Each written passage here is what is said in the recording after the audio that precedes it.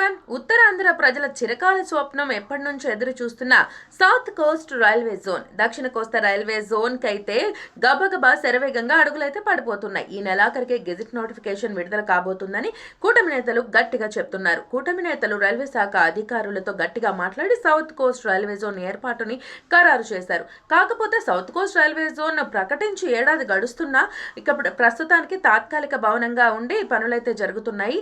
శాశ్వత భవనం పనులు శరవేగంగా స్టార్ట్ అయిపోయాయి. ఏప్రిల్ నుంచే సౌత్ కోస్ట్ రైల్వే జోన్ పట్టాలెక్కబోతుందని అయితే తెలుస్తోంది. విజయవాడ, గుంతకల్లు, అదేవిధంగా విశాఖ ప్రధాన కేంద్రంగా విజయవాడ, గుంటూరు, గుంతకల్లు ప్రధానంగా ఈ సౌత్ కోస్ట్ రైల్వే జోన్ అయితే స్టార్ట్ అవబోతుంది. అంటే ఇప్పటికే దక్షిణ మధ్య రైల్వేలో విభజన అయితే స్టార్ట్ అయింది కాబట్టి ప్రత్యేకంగా ఈ south Coast railway zone Visakha ప్రధాన కేంద్రంగా నడవబోతుంది. విజయవాడ, గుంటూరు, గుంతకల్ తదితర ఏరియాలు దీని కిందకి రాబోతున్నాయి. హైదరాబాద్ దక్షిణ మధ్య రైల్వే కిందకే ఉండబోతుంది. సో ఇక్కడ నుంచి మనకి విశాఖ ప్రధాన కేంద్రంగా నడవబోయే సౌత్ కోస్ట్ రైల్వే జోన్కి ఇప్పటికే ఎండీని ప్రకటించింది, సందీప్గా ఎండీని ప్రకటించింది. కొందరు అధికారులను కూడా ప్రకటించారు. 1000 మంది ఉద్యోగుల్ని కూడా నియామకం చేయడం జరిగింది.